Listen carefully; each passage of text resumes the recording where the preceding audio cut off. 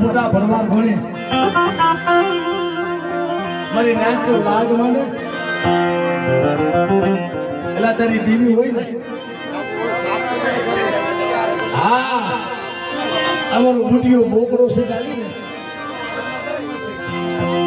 અને હાલમાં એ કલોઈની દુકાન છે એ જગ્યા છે વરસાદનો ટેમ છે મારી નાચ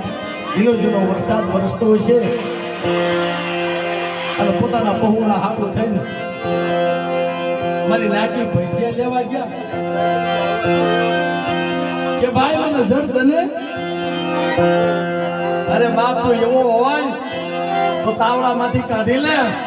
તેથી મારા બાપ હરજી બેસનની દેવી આવીને કીધું બેટા